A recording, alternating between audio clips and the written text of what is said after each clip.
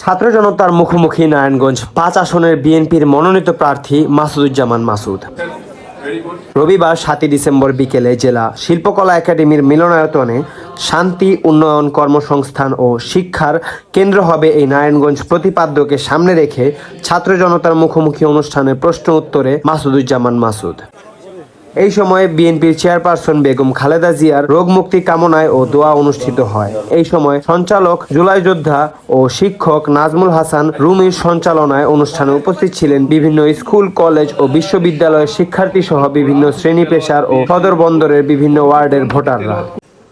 সবাইকে সালাম জানিয়ে আমি আমার লিখিত বক্তব্য পাঠ করছি।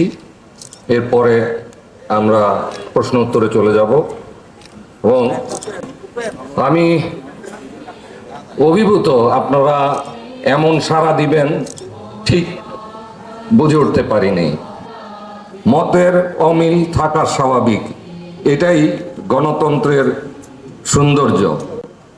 দিন শেষে একসাথেই বসবাস করি আমরা। তবে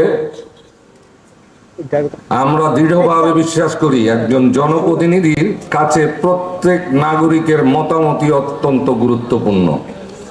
আপনাদের প্রত্যাশা, দাবি এবং বাস্তব প্রাপ্তির মধ্যে সেতু বন্ধন তৈরি করতেই আজকের এই আয়োজন।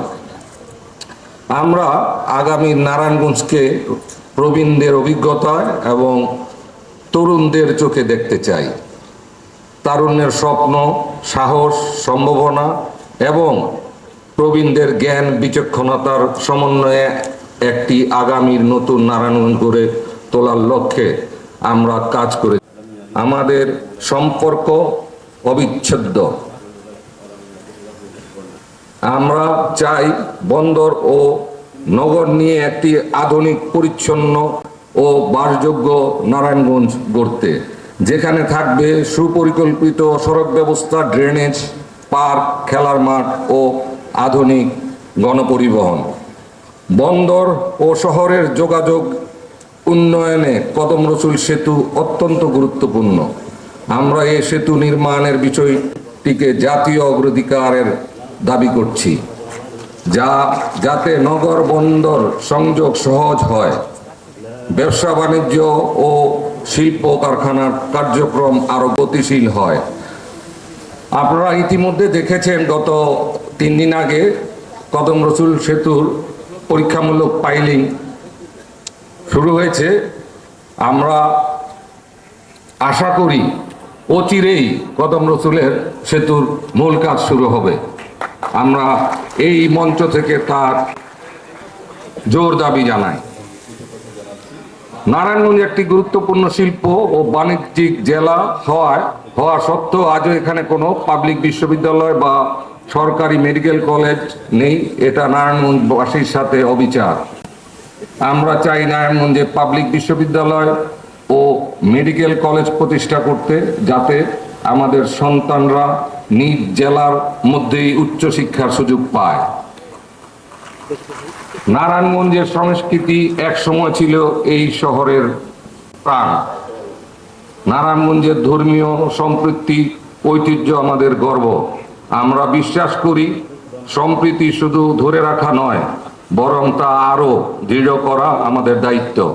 তাই আমরা এমন একটি পরিবেশ তৈরিতে কাজ করব, যেখানে সব ধর্মের মানুষ সমান মর্যাদা ও নিরাপত্তা নিয়ে বসবাস করতে পারবেন।